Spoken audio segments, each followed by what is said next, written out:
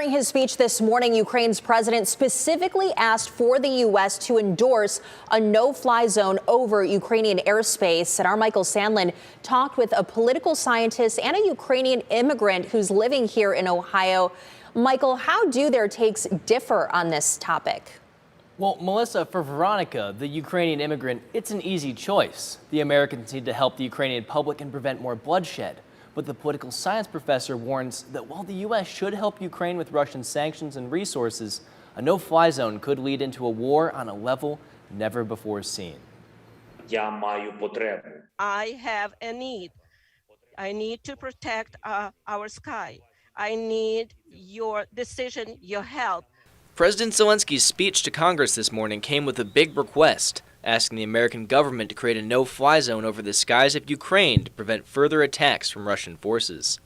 This would require direct intervention from U.S. military forces, something President Biden has said he won't allow. However, for Veronica Kolodovich, a Ukrainian immigrant living in Ohio, it's a decision she hopes he'll change. I definitely have a more biased opinion. Being from there and watching everything that's going on is so remarkably painful for us that we do need the help. While Veronica has been a U.S. citizen since 2009, she still has close friends in Kyiv who are volunteering to fight the Russians. She hopes the rest of the world will step in more directly. Ukraine has been defending itself, but our concern is that Europe and the rest of the world is at risk from this Russian aggression. So I think defending Ukraine is in everybody's best interest.